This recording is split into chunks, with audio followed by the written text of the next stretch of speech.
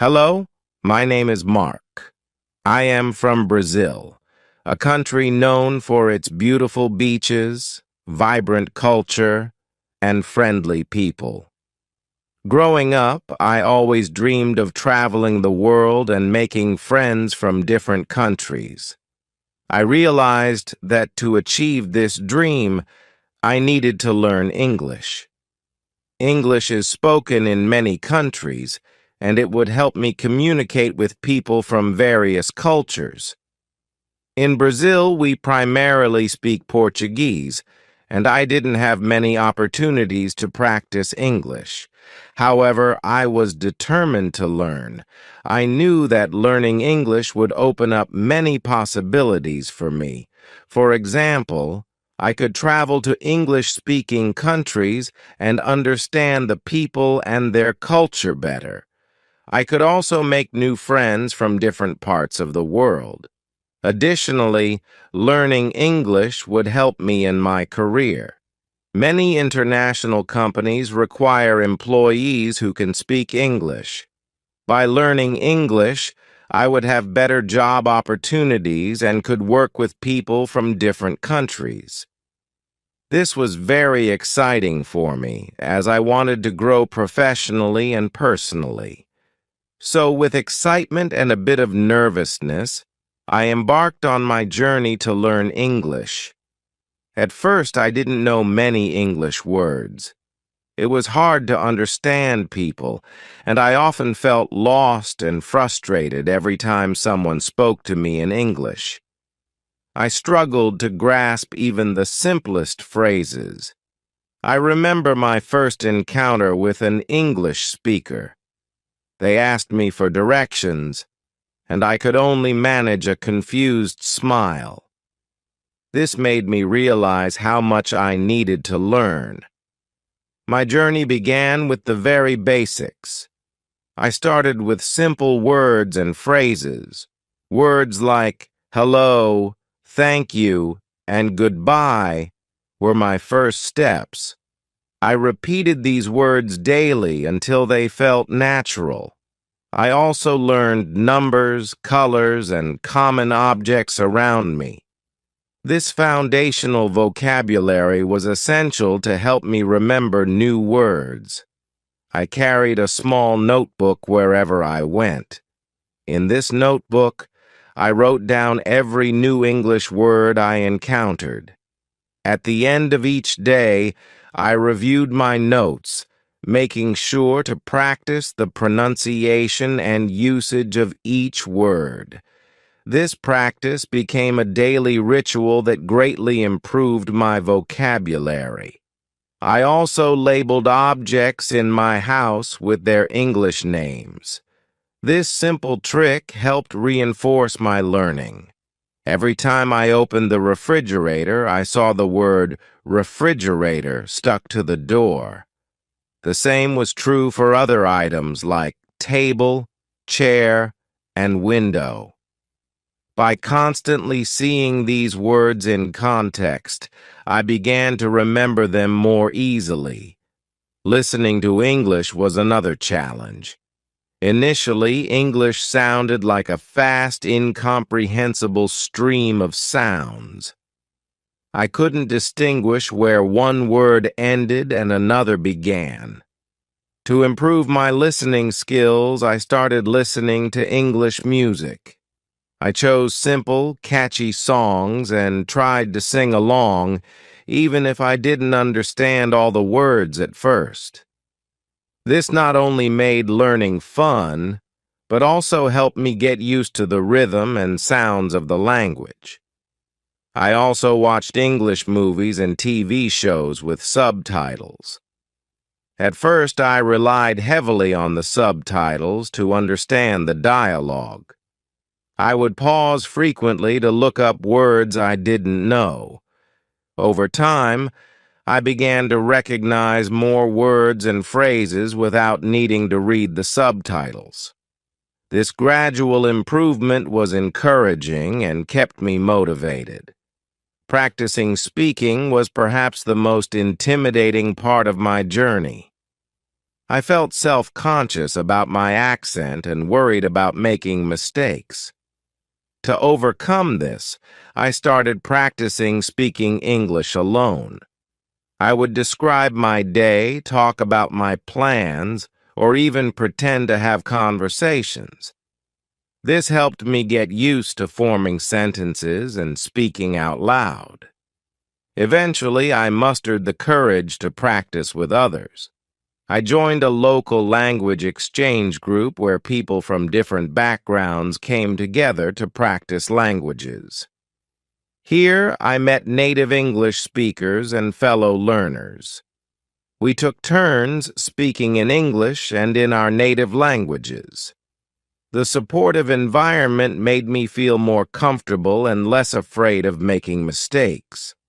I also found online language partners through websites and apps, and we scheduled regular video calls where we practiced speaking English together.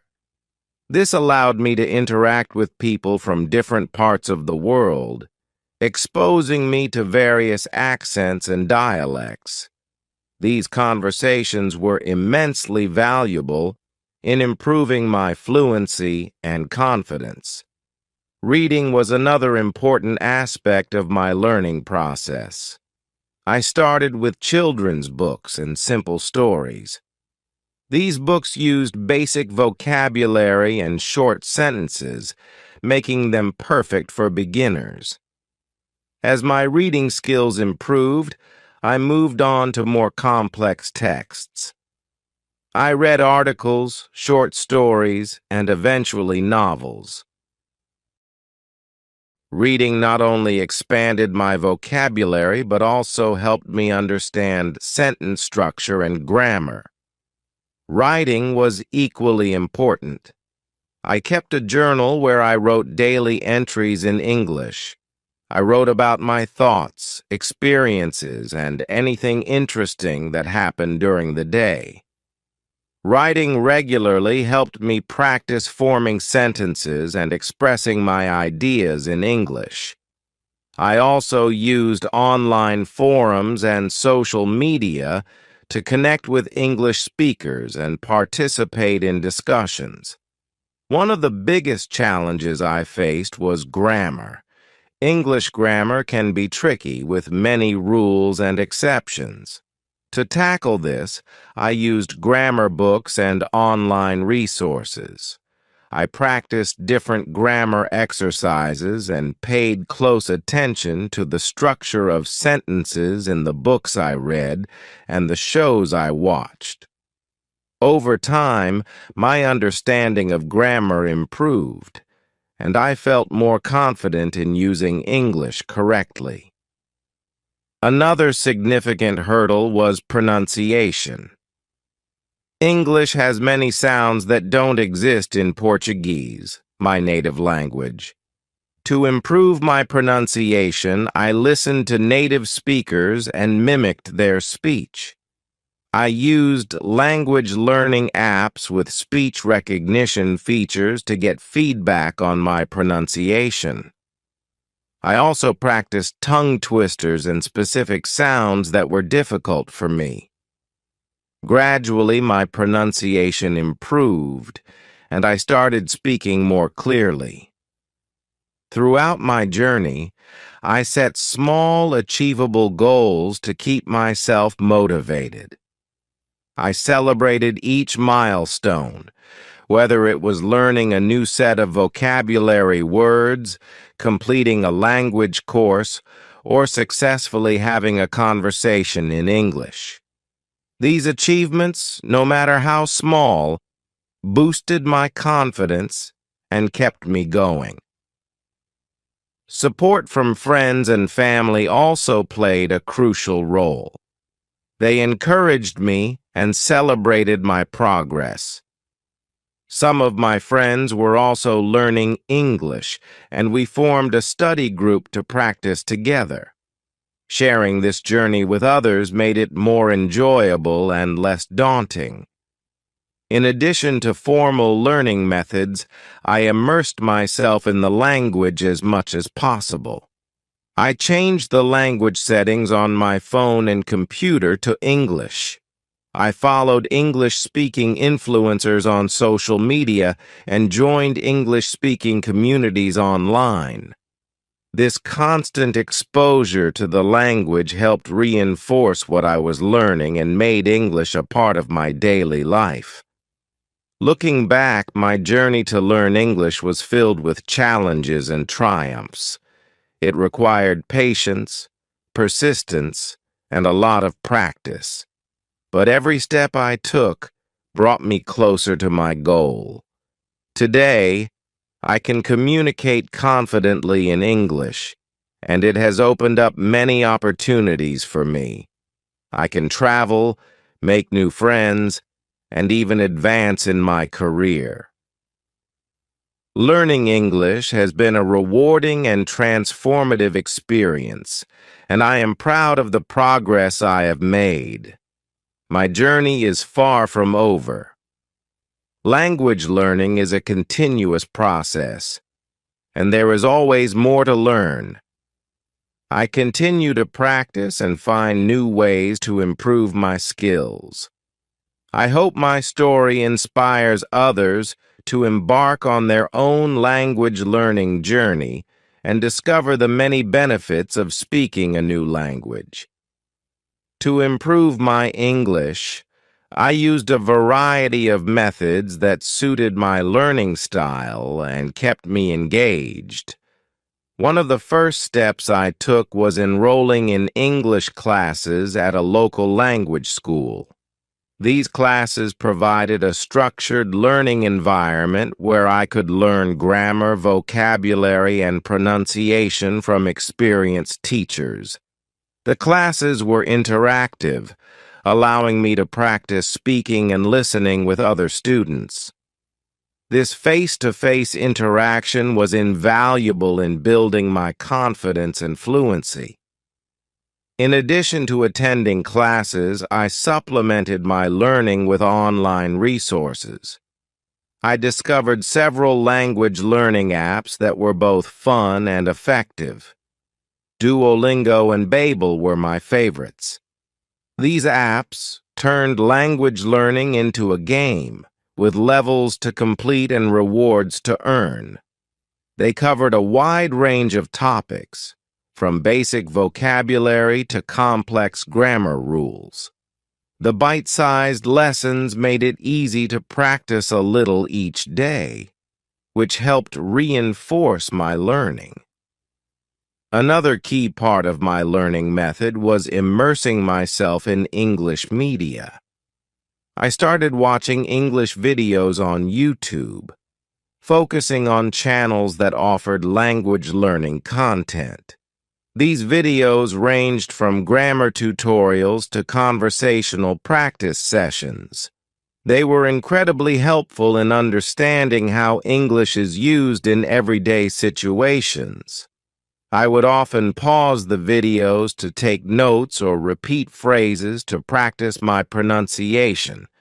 Listening to English songs became one of my favorite activities. Music has a way of making language learning enjoyable and memorable. I chose songs with clear lyrics and repeated them until I could sing along.